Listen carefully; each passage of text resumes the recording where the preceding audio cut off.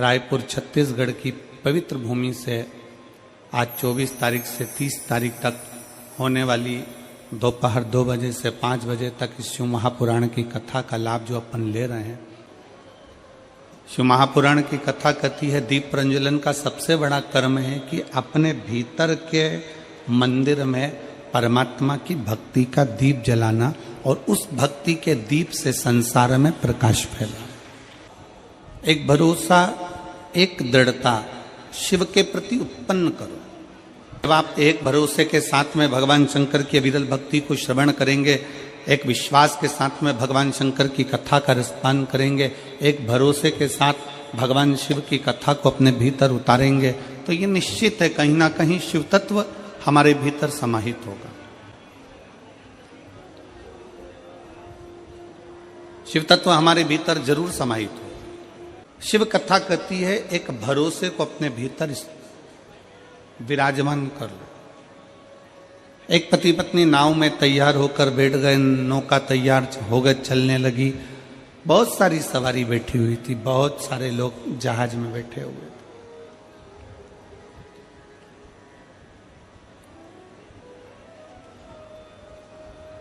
पति जहाज के ऊपर खड़ा हुआ था, लहरों का आनंद ले रहा था, पानी चल रहा था, समुद्र उछल रहा था, उसका एक आनंद ले रहा।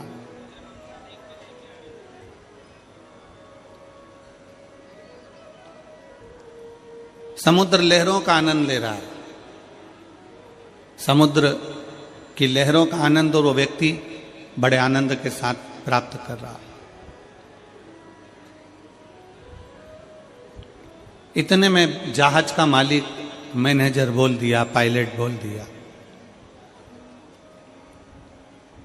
जहाज का पायलट बोला कि ये जहाज पानी में डूबने वाला है, जिसको बचना हो बच लो।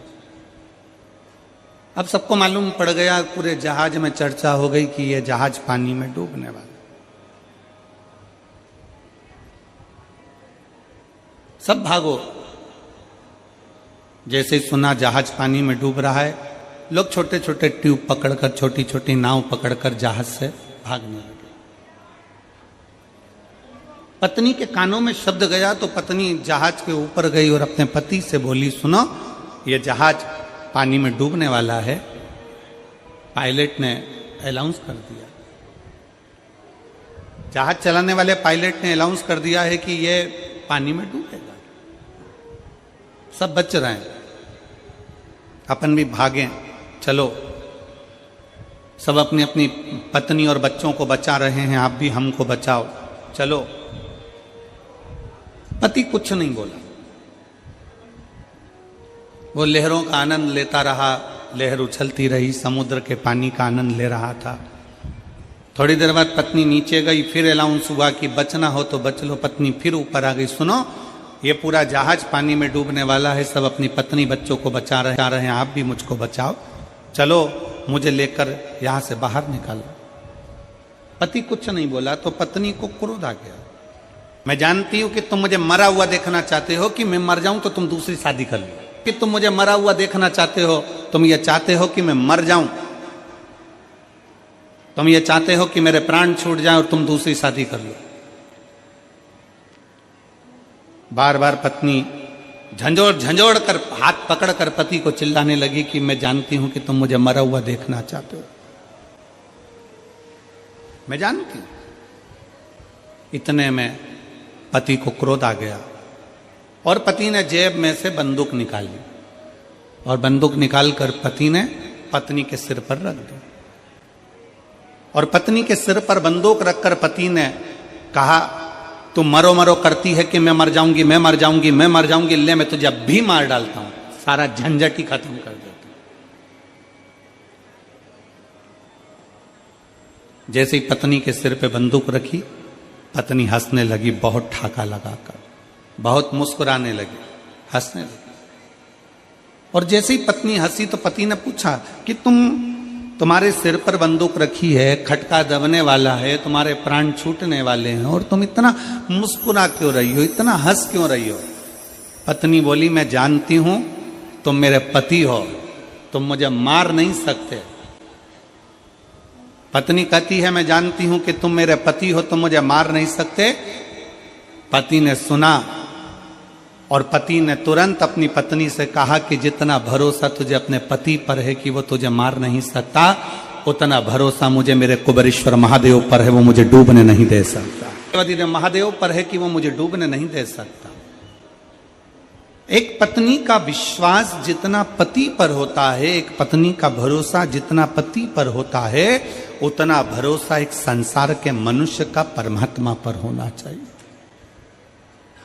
कथा श्रवण करने आए हुए शिव भक्त, कथा को सुनने बैठे हुए शिव भक्त अपने भीतर वो विश्वास प्रकट करें कि शंकर है हमारे साथ, शिव हमारे साथ में, शंकर हमारे साथ में। अपना विश्वास इतना प्रबल बना लो, इतना दृढ़ कर लो अपने भरोसे को कि हम उसके ऊपर आश्रित हो जाए। आपको भगवान शंकर की भक्ति के प्रति इतना दृढ़ कर लीजिए, भगवान शिव की अविरत भक्ति के प्रति, कि भगवान शंकर पर पूर्ण आश्रय।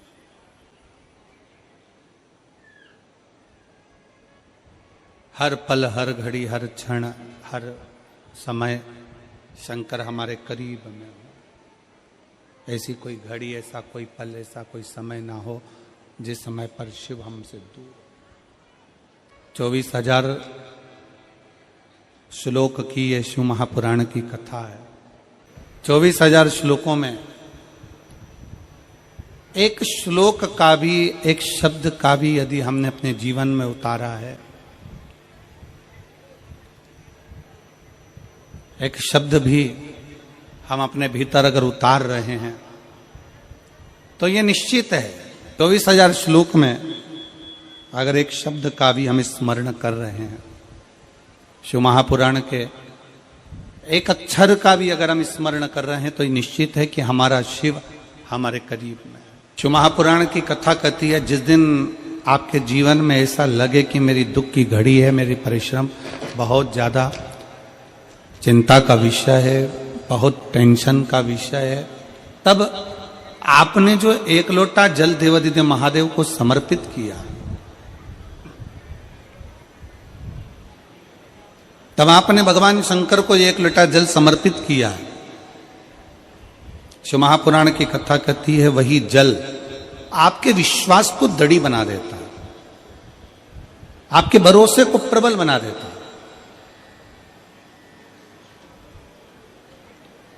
जैसे देवराज नाम के ब्राह्मण की माता जी ने अपने कार्यकाल में, अपने समय में भगवान शंकर को एक लोटा जल समर्पित करा।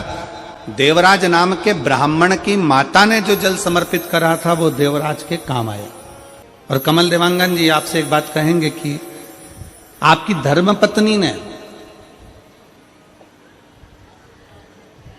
श्रीमती केतन देवांगन जी ने जो जल चढ़ाया हो, इसो तो है, सरला जी देवांगन जी ने जो जल चढ़ाया हो,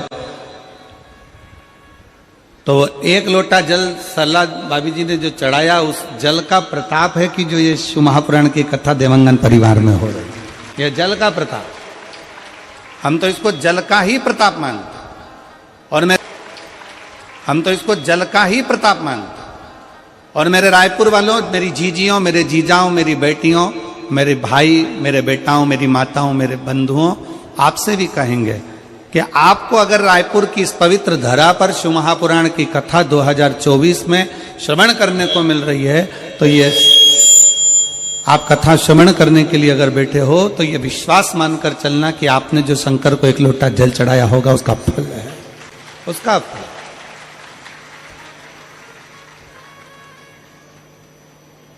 ये उसी का एक स्वरूप है।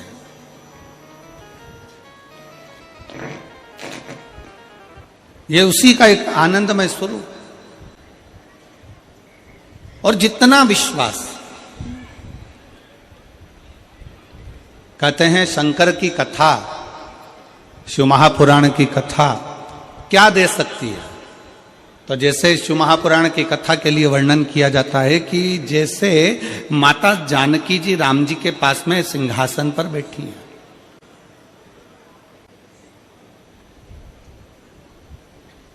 माता जानकी जी राघव जी के साथ में राम जी के साथ सिंहासन पर बैठी हैं।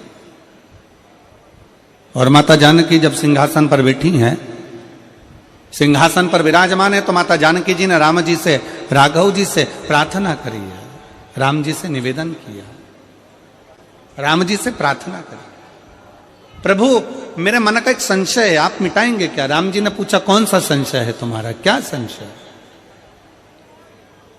बोलो क्या संशय सीता, आपका संशय है क्या? माता जानकी जी ने कहा मेरे भीतर का संशय यह है प्रभु कि आप अयोध्या के राजा बने, इसलिए आप खुश नजर आ रहे हो, प्रसन्न नजर आ रहे हो। सुग्रीव जी किष्किंधा के राजा बने, इसलिए प्रसन्न नजर आ रहे हैं, इसलिए उन्हें प्रसन्नता है।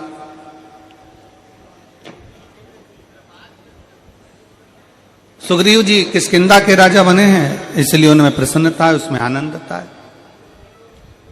और महाराज जी विभीषण को लंका का राज्य मिला, इसलिए विभीषण की प्रसन्नता है। पर एक बात समझ में नहीं आती कि ये हनुमान जी को कहां का राज्य मिल गया जो हनुमान इतने नाच रहे हैं? हनुमान जी को कहां का राज्य प्राप्त हो गया जो हनुमान इतने प्रसन्न हो रहे हैं, इतने खुश हो रहे हैं? आखिर ऐसा हुआ क्या? तब भगवान राम जी ने कहा सीता तुम कहती तो सत्य हो, जानकी जी तुम बोल तो सत्य रही हो कि मुझे अवध का राज्य मिला इसलिए मैं प्रसन्न हूं, सुग्रीव किष्किंधा के राजा बन गए इसलिए प्रसन्न है, विभीषण लंका के राजा बन गए इसलिए प्रसन्न है, केवट निषादों का राजा बन गया इसलिए प्रसन्न है, पर हनुमान क्यों प्रसन्न है ये समझ में नहीं आता। तब श्री हनुमान जी महाराज को राम जी ने बुलाया राम जी ने, और राम जी ने बुलाकर कहा क्यों रे हनुमान, एक बात बता, मुझे अवध का राज्य मिला इसलिए प्रसन्न हूं, केवट निषादों का राजा बन गया इसलिए प्रसन्न है, सुग्रीव किष्किंधा का राजा बन गया इसलिए प्रसन्न है, और विभीषण लंका का राजा बन गया इसलिए प्रसन्न है, पर यह बता हनुमान तुझे कहां का राज्य मिल गया तुझे इतना प्रसन्न है? तब हनुमान जी कहते हैं मेरे राम आपके चरणों का राज्य मुझे मिल गया, इससे बढ़कर सुख और दुनिया का कोई सुख नहीं। केवल आपके चरणों का जो राज्य मिला है, आपके चरणों का जो सुख मिला है, इसके आगे सारे सुख ठीक हैं। और यही शिव महापुराण की कथा में नंदीश्वर भगवान शंकर से कहते हैं, इसी शिव महापुराण की कथा के अंतर्गत नंदी भगवान शंकर से विनय करते हैं, नंदी भगवान शंकर से कहते हैं कि हे प्रभु, जिस भक्त के हृदय में, जिस भक्त के दिल में, जिस भक्त की चित्तवृत्ति में आपके दर्शन का भाव प्रकट हो जाए, आपके चरणों की सेवा प्राप्त हो जाए, आपके मंदिर में एक लोटा जल समर्पित होने लगे, आपके चरणों की स्तुति होने लगे, तो भगवान नंदीश्वर कहते हैं समझ लेना प्रभु कि उसके जीवन में कहीं ना कहीं का राज्य स्थापित हो गया, इसलिए वो आपकी भक्ति में लगा हुआ, उसको कहीं ना कहीं का राज्य स्थापित हो गया, इसलिए वो भक्ति में रमा हुआ। कहीं का राज्य जब हम शंकर के मंदिर में जाना प्रारंभ कर दें, शिव जी को एक लोटा जल चढ़ाना प्रारंभ कर दें, शंकर की स्तुति करना प्रारंभ कर दें, शंकर की कथा तक हम पहुंचना प्रारंभ कर दें, जिस दिन हम भगवान शिव की शरणागति में पहुंचना प्रारंभ कर दें, अपने नजदीक में, अपने घर के पास में जब एक लोटा जल चढ़ाना प्रारंभ कर दें, समझ लेना कि शंकर भगवान ने आपका और हमारा हाथ पकड़ लिया, और कहीं ना कहीं का राज्य हमें बाबा देते जरूर है, देते। बोल बम का नारा है, इतना धीमा बोलोगे तो कल्याण तुम्हारा है, जरा अच्छे से तो बोलो, बोल बम का नारा है, सारी समस्या का हल एक लोटा जल, शिव को समर्पित, शंकर को समर्पित।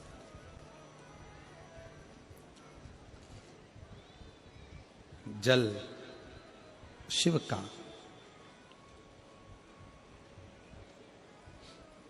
भगवान शंकर को समर्पित जल कभी निष्फल गया ही नहीं, कभी नहीं गया।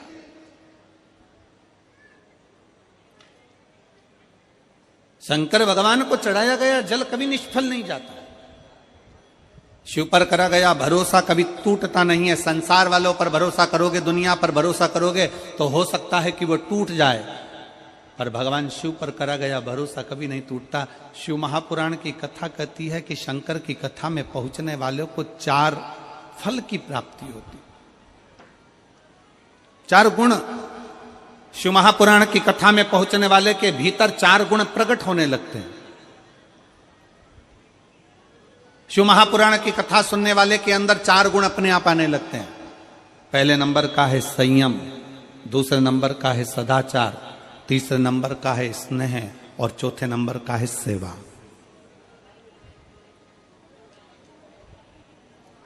शिव की कथा श्रवण करने वाले के भीतर ये 4 गुण अपने आप आने लगते हैं। पहले नंबर का संयम,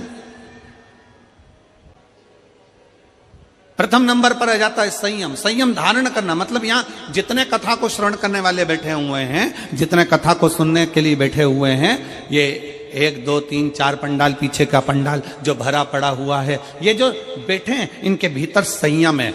जल भी उतना ग्रहण करते हैं जितना लेना है, भोजन उतना ग्रहण करते हैं जितना लेना है, पानी उतना पिएंगे कि कहीं बार बार जाना ना पड़ जाए, कहीं वॉशरूम की ओर जाना ना पड़ जाए, कहीं बाहर जाना ना पड़ जाए, इसलिए जल भी उतना पिएंगे। कितना संयम! सुबह 8 बजे से 7 बजे से 9 बजे से जगह संभाल कर बैठते हैं, तब जाकर दोपहर में 2 बजे से 5 बजे तक कथा श्रवण कर पाते हैं। एक जैसा एक आसन लगाकर एक जैसा बैठना ये बड़ी कठिन बात है। लोग कहते हैं कि वो संत हैं, साधु हैं, सन्यासी हैं, तपस्वी हैं, साधक हैं, उपासक हैं। शिव महापुराण की कथा कहती है कि शंकर की कथा सुनने वाला किसी साधु और सन्यासी से कम नहीं होता, उसका संयम बड़ा प्रबल होता है। भगवान शंकर की अविरल कथा को श्रवण करते हुए रात्रि का विश्राम करते हैं। लोग कहते हैं कि गुरुजी पंडाल में रहकर रात्रि विश्राम का फल क्या है? शिव महापुराण की उमा संहिता कहती है पंडाल में रुककर शिव महापुराण की कथा श्रवण करने का फल है 12 ज्योतिर्लिंग में बैठकर रात्रि का विश्राम कर शिव की स्तुति करने का फल को धारण कर रहे हो। शिव महापुराण का सबसे पहला गुण जो मनुष्य को प्राप्त होता है, शिव महापुराण के 4 गुण हमें कथा में बैठने से ही प्राप्त हो जाते। पहले नंबर का है संयम, कथा में बैठे संयम प्राप्त हो गया। दूसरे का नाम है सदाचार, एक दूसरे के प्रति आदर का भाव, सम्मान का भाव, सत्कार का भाव ये प्राप्त हो जाता है। और हमारा निवेदन है शिव महापुराण की इस कथा के माध्यम से सभी शिव भक्तों को और सेवादारों को, जितने सेवा करने वाले सेवक लगे हैं, शंकर के भक्त लगे हैं, और फिर निवेदन है कि सेवा करने वाले कभी ये मत सोचना कि तुम किसी की सेवा कर रहे हो, बल्कि ये सोचना कि भोले बाबा ने, भगवान शंकर ने हमको इस लायक बनाया कि हम पंडाल में खड़े होकर किसी की सेवा कर सक रहे हैं। हमको धन्यवाद देना कि हमको इस लायक बनाया कि हमको सेवा करने का मौका मिला है।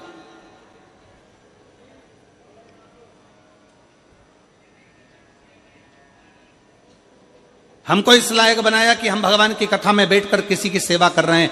भगवान को प्रार्थना कर रहे हैं कि ये आपकी करुणा, ये आपकी उदारता, ये आपकी कृपा है, ये आपकी दया है।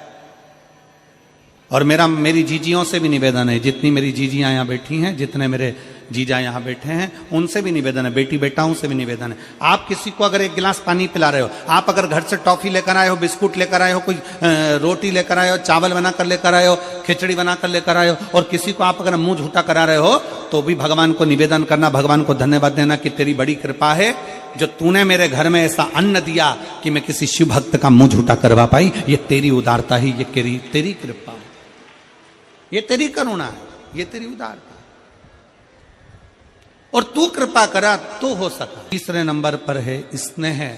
शिव महापुराण की कथा कहती है कि भगवान शंकर की कथा तीसरा गुण देती है सबको प्रेम करना, सबको स्नेह करना, सबको स्नेह के माध्यम से रिझाना। और आप सब देखेंगे भगवान शंकर की इस कथा के माध्यम से आप लोग अपने स्मरण में लेंगे स्नेहता। जो रात्रि को रुकने वाले होते हैं, जो रात्रि को विश्राम करने वाले होते हैं, जो शंकर के भक्त होते हैं, शिव के मंदिर में जाने वाले होते हैं, 1 लोटा जल चढ़ाने वाले होते हैं, शंकर की स्तुति करने वाले होते हैं, उनमें आपस में इतना स्नेह हो जाता है, इतना प्रेम बढ़ जाता है, इतना प्रेम बढ़ जाता है कि वो प्रतिदिन शंकर के मंदिर में बैठकर भगवान शंकर का मंत्र का स्मरण करते रहते हैं। श्री शिवाय नमस्तुभ्यं, श्री शिवाय नमस्तुभ्यं। उनका स्नेह बढ़ जाता है, उनका प्रेम बढ़ जाता है।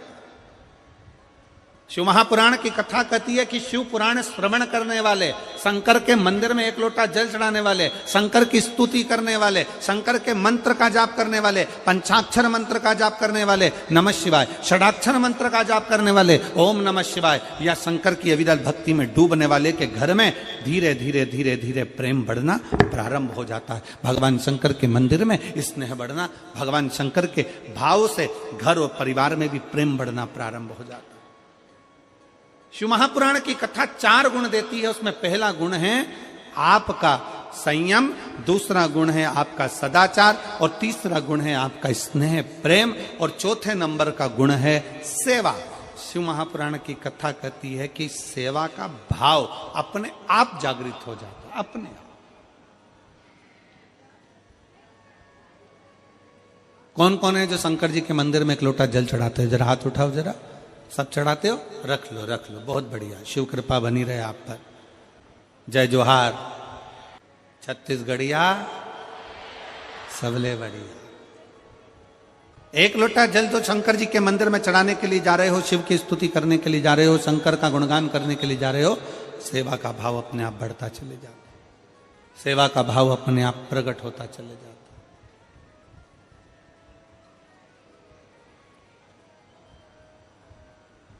सेवा का भाव अपने आप अंदर प्रकट होने लगता है, अपने आप।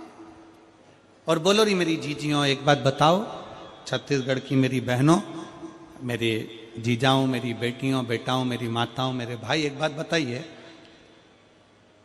छत्तीसगढ़ में इतनी कथा हुई और मेरा विश्वास कहता है, मेरा भरोसा कहता है कि जितने मेरे भाई बहन यहां बैठे हैं, इन्होंने शंकर जी की कथा में आने वाले शिव भक्तों का किसी ना किसी रूप में, चाहे टॉफी से, चाहे बिस्कुट से, चाहे पानी से, चाहे चावल से, चाहे किसी ना किसी रूप में, जितने यहाँ बैठे हैं इन्होंने सेवा करी है। इन्होंने कहीं ना कहीं किसी ना किसी का मुंह झूठा जरूर कराया। बोलो कराया कि नहीं कराया? जम के तो बोलो जरा, कराया है ना? किसी ना किसी रूप में भगवान शंकर के भक्तों का। तो यही तो हमारा शिव पुराण कहता है कि सेवा का भाव जागृत करो, सेवा के क्रम को प्रबल करिए। और शिव महापुराण की कथा 4 चीजों में सर्वप्रथम अगर संयम दे रही है तो चौथे नंबर पर चौथा गुण है सेवा भी दे रही है, सेवा। और सबसे प्रबल सेवा का गुण किसका हो सकता है? तो शिव महापुराण की कथा कहती है अगर सेवा करने का तरीका सीखना है तो मेरे भोलेनाथ से, मेरे शंकर भगवान से सीखिए। देवता जब हर तरह से हताश हो जाते हैं, देवता जब हर तरह से हार जाते हैं, तब भगवान शंकर की शरण में जाते हैं। और शिव जी उनसे एक ही बात कहते हैं कि तुम चिंता मत करो, तुम चिंतन करो, बाकी क्या इन असुरों का संहार मैं कर दूंगा, तुम चिंतन करो। तुम्हारा काम है भगवान की अविरल भक्ति को धारण करना, तुम्हारा काम है भगवत भजन को धारण करना, भगवान की विरल भक्ति को धारण करना। अभी आपने देखा होगा, इसके पहले कथा थी मेरठ में, सुनी थी क्या आप लोगों ने? किस किसने सुनी? जरा हाथ उठाओ। सुनी सब लोगों ने? रखो। मेरठ में कथा थी तो आपने देखा होगा कि सेवा का क्रम किसको कहते, जरा ध्यान दीजिएगा। आपने देखा होगा कि जो भगवान शंकर की अविरल भक्ति में लगे हुए भक्त थे, वो तो भगवान शिव की स्मरण में लगे थे, भगवान शंकर की भक्ति में लगे थे। और कई ऐसे भी थे जिनको शंकर की भक्ति, शंकर का स्मरण, शंकर का नाम जाप, शंकर का एक लोटा जल सुहा नहीं रहा। कई ऐसे भी।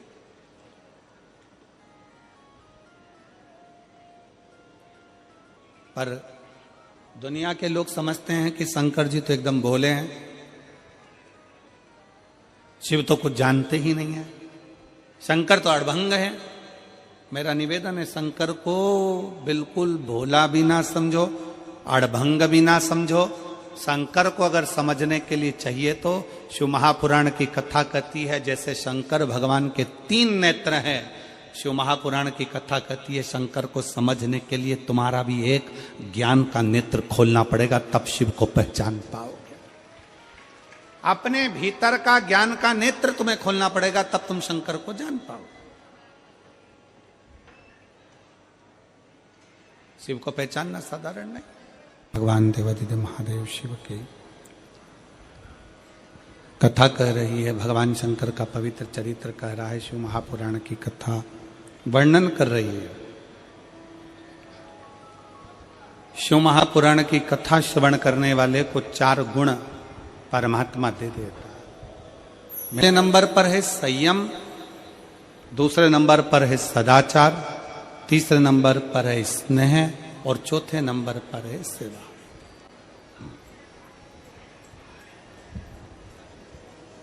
सेवा का क्रम क्या है?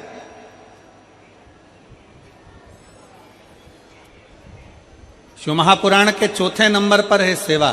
सेवा का क्रम क्या है? कभी मौका लग जाए, मैं संपूर्ण क्षेत्रवासियों से कहूंगा, कभी अगर मौका लगे तो एक आध बार शिव महापुराण की कथा में जाकर जरूर देखना। जितने शिव भक्त रात्रि को यहाँ विश्राम करते हैं, वो प्रातः में शाम के समय कथा पूर्ण होने के बाद थोड़ा थोड़ा सेवा में लग जाते हैं। कचरा उठाना, एक और ले जाकर पटकना, किसी को तकलीफ है उसको देखना। सेवा क्या करती है? शिव महापुराण की कथा कहती है, जिंदगी में अगर कहीं पर भी ठोकर खाने को मिल रहा है, तकलीफ मिल रही है, कष्ट मिल रहा है, थोड़ा भी अगर तुम्हारे मन का नहीं हो रहा है, तो शंकर के मंदिर की सेवा प्रारंभ करो। उसके मंदिर में जाकर झाड़ू लगाओ, पोछा लगाओ, उसके मंदिर का श्रृंगार करो, उसके मंदिर में प्रकाश करो, उसके मंदिर में सेवा का क्रम जागृत करो। अपने भीतर विश्वास, आपका भरोसा, आपकी दृढ़ता आपको शिव के करीब तो ले जाती ही है। और फिर निवेदन है इस व्यासपीठ से, कभी मत सोचो। इस बेटी ने अपने एक पत्र में एक बात लिखी, सियोर वाला महाराज कहता है कि अपनी मेहनत को 4 गुना बढ़ाना है। जितना पढ़ते हो उससे पढ़ाई को भी 4 गुना बढ़ाना है। और फिर जब एग्जाम के लिए जाओ तब शहद की बेलपत्र चढ़ाना है, तो बाबा साथ चलकर जाता है। साथ थोड़ा सा भी काम बिगड़ता है ना, तो किसी मंत्री के पास जाते हो, मंत्री के पास। थोड़ा सा भी काम बिगड़ता है तो मंत्री के पास जाते हो। मंत्री दूसरे मंत्री के पास भेजता है, दूसरा मंत्री तीसरे मंत्री के पास भेजता है। हमारा निवेदन है, छोटे मोटे काम के लिए मंत्री को पकड़ते हो। शिव महापुराण की कथा कहती है, अगर जिंदगी में तकलीफ आए, दुख आए और काम बिगड़े, तो श्री शिवाय नमस्तुभ्यम मंत्र को पकड़ो। है कि मंत्री तुम्हारा काम ना करे, पर शिव महापुराण की कथा कहती है कि मंत्र में वो शक्ति होती है कि तुम्हारा कार्य सफल जरूर होता है। जो सुख कहीं नहीं, वो सारा सुख परमात्मा के मंत्र में, परमात्मा की भक्ति में, परमात्मा की नाम उच्चारण में है। पर दुनिया के लोग समझते हैं कि हमें सुख इसी में मिलेगा, हमें सुख इसी में प्राप्त होगा। मेरा निवेदन है आप सबसे, सारे शिव भक्तों से, शंकर के अविरल भक्तों से निवेदन है, मंत्री तुम्हारा काम हो सकता है सफल कर दे, पर थोड़े समय का सफल हो सकता है, पर मंत्र पंचाक्षर नमः शिवाय, षडाक्षर ओम नमः शिवाय या श्री शिवाय नमस्तुभ्यम, ये वो मंत्र है कि एक बार हमारे जीवन में सफलता लाकर दे देता है तो फिर पलटने की जरूरत नहीं पड़ती, पीछे देखने की जरूरत नहीं पड़ती। व्यक्ति आगे ही बढ़ता चले जाता है, उन्नति की सीढ़ी पर ही चढ़ता चले जाता है। फिर उसको पीछे पलट कर नहीं देखना पड़ता, फिर वो आगे ही आगे बढ़ता है। मंत्र की शक्ति को पहचानो। मंत्र की शक्ति क्या? सब कथा सुनने के लिए आते हो, पर ईमानदारी की बात है, कथा आप सुनते हो, चिंता महादेव को हो जाती है कि आया है तो इसको कुछ ना कुछ देना पड़ेगा, और बिगड़ दिए में भेज सकता नहीं। चिंता उसको है, टेंशन उसको है, तो आए उसके भरोसे। आप तो उसके आश्रित होकर उसके भरोसे आए। लाखों की संख्या में पहुंचे हो, पंडालों में जगह नहीं, आप बैठे हो, कथा का रसतत्व ग्रहण कर रहे हो, सेवादारी सेवा कर रहे हैं, भाव से भगवान शंकर की कथा का रसपान ग्रहण कर रहे हो, तो ये विश्वास मानकर चलना कि तुम तो आकर बैठ गए, पर चिंता किसको? चिंता देवाधिदेव महादेव। टेंशन किसको? देवाधिदेव महादेव। चिंता वो करे, टेंशन वो करे। शिव की उदारता, शिव की करुणा, शिव की दया, जीवन की सुख। आप तो आ गए, बैठ गए, कथा के रसतत्व को श्रवण करने के लिए कथा के मध्य में आकर बैठ जाते हो, कथा सुनने के लिए बैठ जाते हो, पर सबसे ज्यादा चिंता, सबसे ज्यादा टेंशन बाबा को हो जाता है कि आया है, कथा सुनने के लिए बैठा है, कथा श्रवण करने के लिए आया, मुझे देना पड़ेगा। मंदिर में अगर झाड़ू लगा रहे हो, मंदिर में पोछा लगा रहे हो, मंदिर में सेवा कर रहे हो, किसी धर्म के स्थान पर अगर सेवा में लगे हुए हो तो परमात्मा को चिंता लग जाती है कि सेवा का फल देना पड़ेगा। तो महापुराण की कथा 4 गुण देती है। उसमें पहला संयम, दूसरा सदाचार, तीसरा स्नेह और चौथा है सेवा। सेवा आपको क्या फल देगी ये वो शंकर ही जान सकता। सेवा आपको क्या फल प्रदान करेगी ये शिव ही जान सकते। कभी अगर मौका लगे, कभी मौका लगे जीवन में, कभी ऐसा जीवन में अगर लगे कि हाँ बहुत तकलीफ है, तो सेवा का क्रम बढ़ा लो। सेवा का मंदिर जाओ, सेवा करो।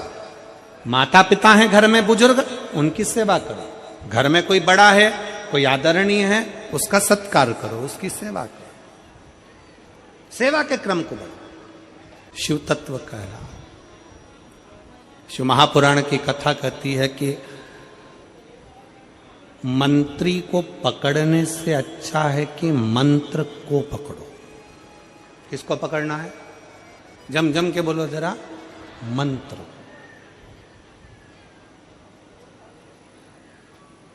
हो सकता है कि कलम का लिखा मिट जाए, पर कर्म का लिखा कभी नहीं मिट सकता। कलम का लिखा मिट जाए, कोई ने लिख दिया, किसी से मिल लिए, मंत्री संतरी कलंतरी सबसे मिलकर आपने लिखवा भी लिया, हो सकता है कि कलम का लिखा मिट जाए। कलम का लिखा मिट सकता है, पर अगर हम भगवान की भक्ति में रमे हैं, कुछ अच्छा कर रहे हैं, भगवान ने हमको इस लायक बनाया है कि कुछ अच्छा कर सके और अच्छा कर रहे हैं, तो अगर अच्छा करने में लगे हो तो हो सकता है कि कर्म का लेख कभी नहीं मिट सकता। कि मत बुरे कर्म कर बंधे वरना पछताएगा, भगवान की आंखों से तो बच नहीं पाएगा, तू बच नहीं पाएगा। कर्म का लेख कभी नहीं मिट सकता। आप अच्छा कर्म करिए, किसी के जीवन में अगर आप कहीं ना कहीं किसी को खुशी दे सकते हो। हमने पहले भी कथा के माध्यम से कहा, अगर कहीं दिया नहीं लगा सकते, दीपक नहीं जला सकते, किसी के द्वार पर नहीं जा सकते, मंदिर में जाकर अगर एक दिया भी नहीं लगा सकते, कोई बात नहीं, एक काम करो कि कोई के काम तो आ जाओ। किसी के दुख में, किसी की तकलीफ में, किसी बच्चे को एजुकेशन की जरूरत है, उसको अच्छी पढ़ाई करा दो। किसी को दवाई की जरूरत है, उसको दवाई में लगा दो। किसी कोई वृद्ध है, चलकर नहीं जा सकता, हाथ पकड़कर उसको मंजिल तक पहुंचा दो। किसी के चेहरे पर भी अगर खुशी दे दी तो समझ लेना कि शंकर के मंदिर में दिया जला दिया, शिव के मंदिर में तुमने दीप प्रज्वलित कर दिया। किसी को प्रसन्नता दे दो। सेवा करने में कहीं ना कहीं फल हमारे को ही प्राप्त होता है। अभी मेरठ में कथा थी, तो मेरठ में एक बच्चे ने एक प्रश्न किया, गुरुजी देवराज नाम के ब्राह्मण की मां ने शंकर जी पे जल चढ़ाया और शिव जी पे जल चढ़ाया और जल चढ़ाने का फल देवराज को प्राप्त हो गया, क्या केवल देवराज को शंकर के मंदिर में जल चढ़ाने का फल उसकी मां ने जल चढ़ाया और उसको फल प्राप्त हो गया? ऐसा होता है क्या? ऐसा हो सकता है क्या? आज एक बात बहुत अच्छे से अपने भीतर धारण करिएगा। एक स्त्री, जितने पूरे विश्व में लोग कथा श्रवण कर रहे हैं, देश विदेश में बैठकर, रायपुर की इस पवित्र धरा से जितने भक्त इस पवित्र प्रांगण में बैठकर कथा श्रवण कर रहे हैं, वो अपने भीतर एक उतारिएगा। पुरुष और स्त्री में एक अंतर है। पुरुष जब भगवान के मंदिर में जल चढ़ाता है, जल अगर चढ़ा रहा है तो वह अपने माता पिता, अपने नाना नानी को पार लगाता है, दादा दादी को पार लगाता है। पर शंकर के मंदिर में अगर कोई स्त्री, कोई नारी, कोई लड़की, कोई कन्या, कोई बेटी, कोई मां, कोई वृद्ध भी अगर शंकर के मंदिर में एक लोटा जल चढ़ा रही है तो वो अपना मायका और अपना ससुराल दोनों की 71 पीढ़ी को पार उतार देती है। और कितना सुंदर कहा माता पार्वती जी ने भगवान शंकर से अमरनाथ की गुफा में प्रश्न करते हुए कहा कि पुरुष भगवान की सेवा में लगे, भजन में लगे, मंत्र उच्चारण में लगे तो उसका फल पुरुष को प्राप्त होता है। पर अगर स्त्री, नारी अगर भगवान शंकर की आराधना में लगती है, शिव की भक्ति में लगती है तो हे भोलेनाथ उसका फल किस किस को मिलता है। शिव महापुराण की कथा कहती है, भगवान शंकर का चरित्र कहता है, पुरुष का करा गया पुण्य पुरुष को प्राप्त होता है। पर केवल भारत की भूमि पर एक नारी एक ऐसी होती है, स्त्री ऐसी होती है जिसने अगर सोमवार का व्रत कर लिया, मंगलवार का व्रत कर लिया, तीज का व्रत कर लिया, चतुर्थी का व्रत कर लिया, छठ का व्रत कर लिया, पंचमी का व्रत कर लिया, नवरात्रे के व्रत कर लिए, कोई सा व्रत, कोई सी पूजन अगर भारत की भूमि हो, चाहे देश विदेश की नारी हो, अगर कोई स्त्री व्रत करती है तो उसका फल केवल स्त्री अकेली को नहीं मिलता, उसका फल उसके बेटे को, उसकी बेटी को, उसके पति को, उसके ससुर को, उसकी सास को और उसके मायके को, सबको प्राप्त होता है। ये नारी के द्वारा किया गया पुण्य का फल उसके पूरे परिवार को मिलता है। मालूम है कि नहीं मालूम, हमें ध्यान में नहीं है। करवा चौथ का व्रत किसके लिए होता है? जम के बोलो जरा, इधर होता है कि नहीं होता छत्तीसगढ़ में? अरे जम के तो बोलो, होता है। किसके लिए करते हो? पति की लंबी उम्र के लिए, ठीक है। और ये पूरी दुनिया जानती है कि करवा चौथ का व्रत पति की लंबी उम्र के लिए होता है।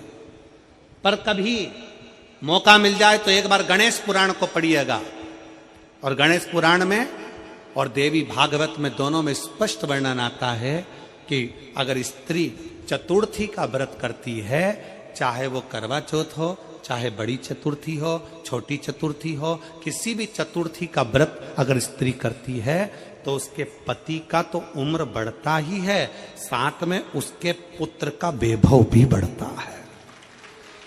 उसके पुत्र का वैभव भी बढ़ता है, उसकी संतान का सुख भी बढ़ता है। तो कोई ये विचार ना करे कि करवा चौथ का व्रत केवल पति के लिए होता है। शिव महापुराण की कथा कहती है कि करवा चौथ का व्रत अगर स्त्री करती है तो पति की तो उम्र बढ़ती है, साथ में उसके बच्चों का वैभव भी बढ़ता है। कोई व्रत अगर स्त्री करती है, नवरात्रे का व्रत कर रही है, नवरात्रे में उपास रख रही है, उसका फल सबको मिलता है, उसके पूरे घर को प्राप्त हो। मंत्री से ज्यादा मंत्र पर भरोसा रखो, मंत्री से ज्यादा मंत्र पर भरोसा रखो, और संसार से ज्यादा मेरे महाकाल पर भरोसा रखो। अकाल मृत्यु वो मरे जो काम करे चंडाल का, काल उसका क्या बिगाड़े जो भक्त हो महाकाल। भगवान पर भरोसा, अपने कर्म, अपनी मेहनत, अपनी लगन। तो मेरठ में एक बच्चे ने प्रश्न किया, क्या माता देवराज नाम के ब्राह्मण की मां ने जल चढ़ाया था और उसका पुण्य देवराज को मिल गया? तो ध्यान से सुनना, केवल मां ने जो जल चढ़ाया वो देवराज को मिला, वो बात नहीं। शिव महापुराण की कथा कहती है देवराज चोरी का धन लेकर शंकर के मंदिर में गया था। देवराज चोरी का धन लेकर शंकर जी के मंदिर में पहुंच गए। शरीर में ताप था, शरीर में बुखार आ रहा था, दुबक रहा था, शरीर को ठंड लग रही थी। कहां जाऊं, किस स्थान पर जाऊं? कभी कभी हमारे साथ तो हुआ है, आपके साथ भी हुआ होगा, ऐसा हम मानते हैं, क्योंकि हम भी मनुष्य हैं तो आप भी मनुष्य हो। जैसे आप हो वैसे हम हैं। जैसा हमारे साथ हुआ कभी कभी आपके साथ भी हुआ होगा।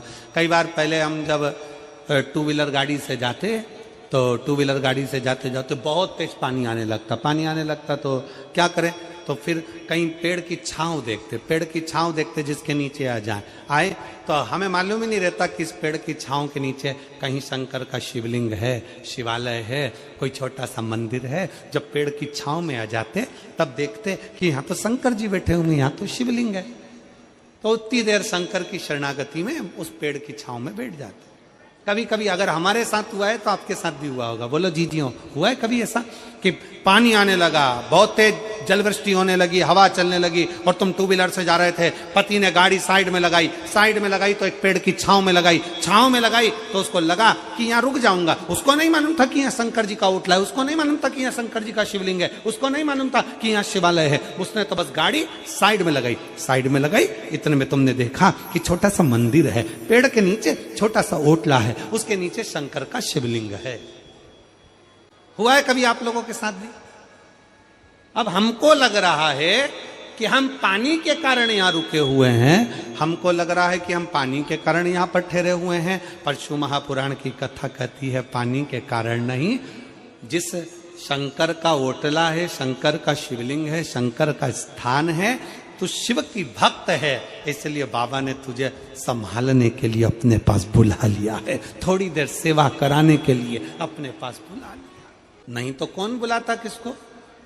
शंकर का चरित्र कहता है केवल माता का जल तो है, परशु महापुराण की कथा कहती है जब देवराज चोरी का धन लेकर शंकर के मंदिर में पहुंचा, जब देवराज चोरी का धन लेकर शिव के द्वार पर पहुंचा, तब देवराज ने देखा कि मंदिर के अंदर मुझे कंपन उत्पन्न हो रही है, ठंड लग रही है, बुखार पड़ रहा है, ताप पड़ रहा है, मैं बैठूं कहां?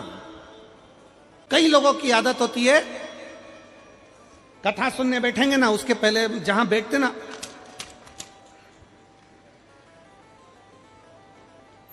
क्या करते हैं, उस जमीन को थोड़ा सा झड़ा लेते।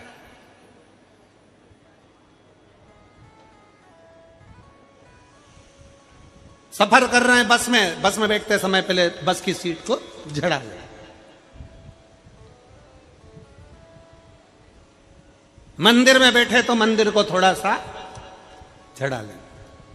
अब उसको क्या लगा कि मैंने अपने लिए जगह को झाड़ा है, मैंने अपने लिए सीट को झाड़ा है, मैंने अपने लिए सफाई करी है और उस सफाई वाली जगह पर मैं बैठी हूं। शिव महापुराण की कथा कितना सुंदर कह रही है। देवराज नाम का ब्राह्मण मंदिर के अंदर प्रवेश कर गया, चोरी का धन उसके साथ में था, शरीर में ताप पड़ रहा था। माता शिव के मंदिर जाती थी, शंकर को जल चढ़ाती थी, तो माता के पुण्य से देवराज मंदिर तक पहुंच गया, माता के पुण्य से शंकर की चौखट तक पहुंच गया। पर उसका खुद का पुण्य क्या था? तो शिव महापुराण की कथा कहती है देवराज चोरी का धन ले जाकर विचार करता है कि मैं बैठूं कहां। एक स्थान मिला देवराज को, पर उसमें कचरा बहुत था, बहुत सारी कचरा भरा हुआ था। प्राचीन पुराना शिवालय था। कचरे को देवराज ने अपने वस्त्र से झाड़ा और झाड़ कर बैठ गया। शंकर जी को लगा कि इसने मेरे मंदिर में सफाई करी है और मेरी सेवा करने वाले को मैं फल जरूर देता हूं, उसको खाली नहीं छोड़ता हूं, सेवा का फल मिलता जरूर। उसने विचार कर लिया और उसने विचार करा कि मैं यहां बैठूंगा, यहां तो ये पुरातन शिवालय है, प्राचीन शिवालय, पुराना मंदिर है। इस पुराने मंदिर में तो चारों तरफ कचरा हो रहा है, चारों तरफ बहुत सारा निर्माल्य पड़ा है, कचरा पड़ा, बहुत सारी सामग्री पड़ी है, कहीं पत्थर पड़ा है, कहीं मिट्टी पड़ी है, कहीं धूल पड़ी हुई है, मैं बैठूंगा। तो उसने विचार करा कि यहां बैठने से पहले मैं थोड़ा साफ कर लूं, यहां बैठने से पहले मैं थोड़ा साफ, और मुझे यहां बैठना है, बैठने से पहले थोड़ा सफाई की स्तुति। देवराज जगह को साफ कर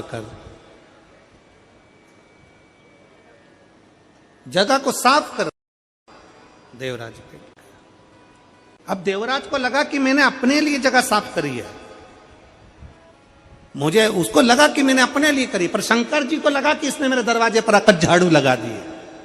शिव को लगा इसने मेरा द्वार, मेरा मंदिर साफ कर दिया, मेरा फर्ज है इसको कुछ दूं। क्या दूं इसको?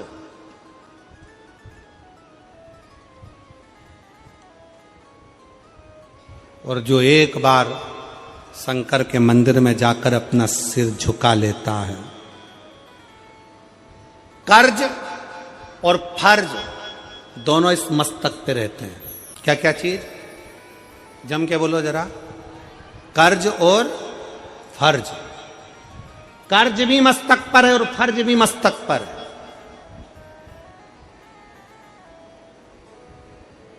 इसीलिए शिव महापुराण की कथा कहती है, जब आप लोग कथा के पंडाल से जाते हो ना, तो यहाँ पे मस्तक नवा कर प्रणाम कर कर थोड़ी सी रज को इतने शिव भक्तों की ना जाने कौन सी भक्ति इनके अंदर है, ना जाने इतने शिव भक्तों में कौन शंकर को अपने दिल में कैसे बिठाया हुआ है।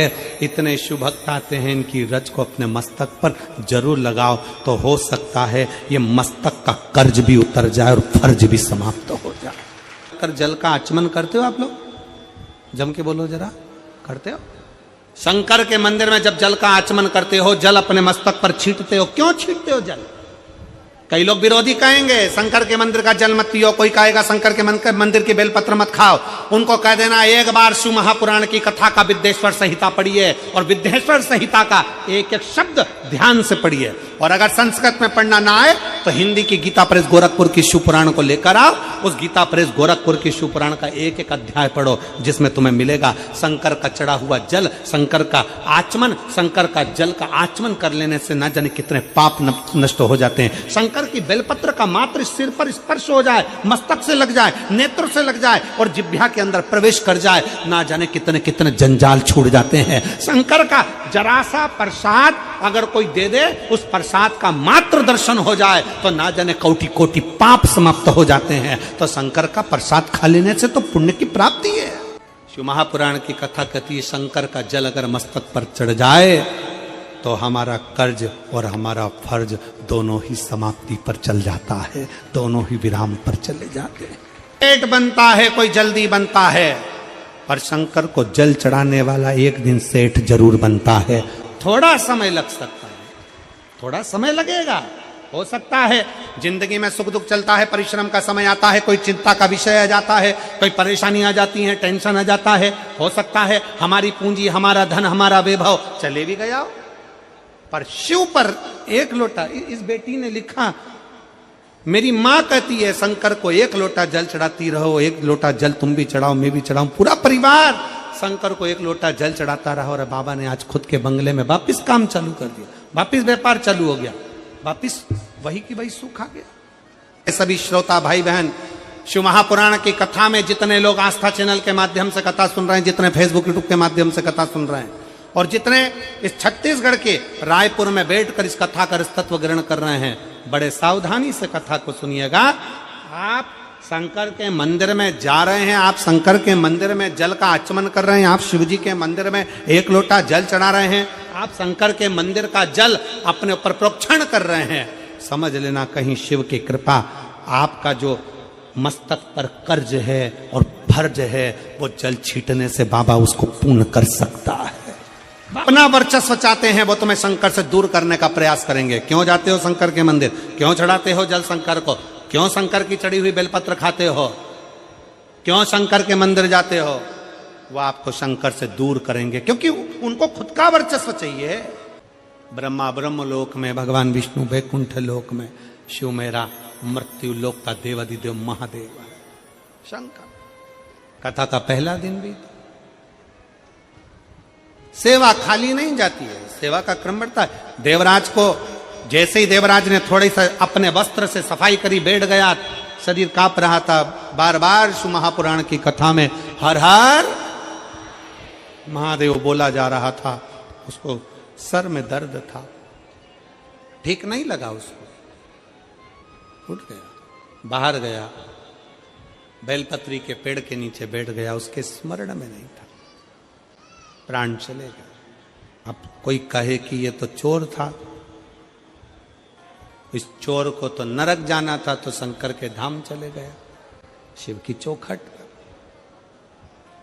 शंकर के धाम, शिव की चौखट पर। शिव महापुराण की कथा कहती है, शंकर भगवान पर चढ़ा हुआ जल में इतना तेज होता है, शिव जी के चढ़े हुए जल में इतना तेज होता है, इतना तेज होता है कि साधारण पानी पीने के बाद वो पानी निकल जाता है, पर शंकर का चढ़ाया हुआ जल जब हम आचमन करते हैं तो शिवलिंग का जो तेज हमारे शरीर के अंदर जाता है वो 41 दिन तक शरीर के अंदर वो जल बना ही रहता है, वो तेज पुंज बना रहता है, शरीर के अंदर वो तेज बना रहता है, वो तेज हमें कहीं ना कहीं शक्ति प्रदान करता है। शिव महापुराण में, अथर्ववेद में और शिव महापुराण के अंतर्गत कुछ पौधों का वर्णन आता है। शिव महापुराण में भी 4 तरह का तिलक का वर्णन आता है कि वो कौन कौन सी सामग्री है जिसका तिलक लगाकर जाया जाए तो उससे क्या फल की प्राप्ति हो सकती है। उसको सुनेंगे, कल की कथा में स्मरण करेंगे, अगर याद रहा और स्मरण में आ गया तो उसको बांचेंगे, उसका स्मरण करेंगे। 4 तरह का तिलक हमें कौन कौन सा फल प्रदान कर सकता है, मात्र तिलक। और तिलक क्यों? क्योंकि अभी आपको कथा में कहा कि कर्ज और फर्ज मस्तक पर होता है, इसलिए आशीर्वाद कहां दिया जाता है? बोलो, आशीर्वाद कहां देते हैं? हाथ को, पांव को नहीं, पीठ को नहीं, आशीर्वाद मस्तक पर दिया जाता है। तिलक कहां लगाया जाता है? जम के बोलो, मस्तक पर। इस मस्तक पर बड़ी महत्वता इसके, इसकी बोल्डता बड़ी प्रबल है। इसको साधना और इसको ले जाना शिव के दरवाजे पर, शंकर की चौखट पर प्रणाम करा देना, ये बड़ा विचित्र है। इसलिए शिव महापुराण की कथा कहती है कि शिवालय में जाओ तो अपना मस्तक जरूर नवाओ, जरूर नवाओ।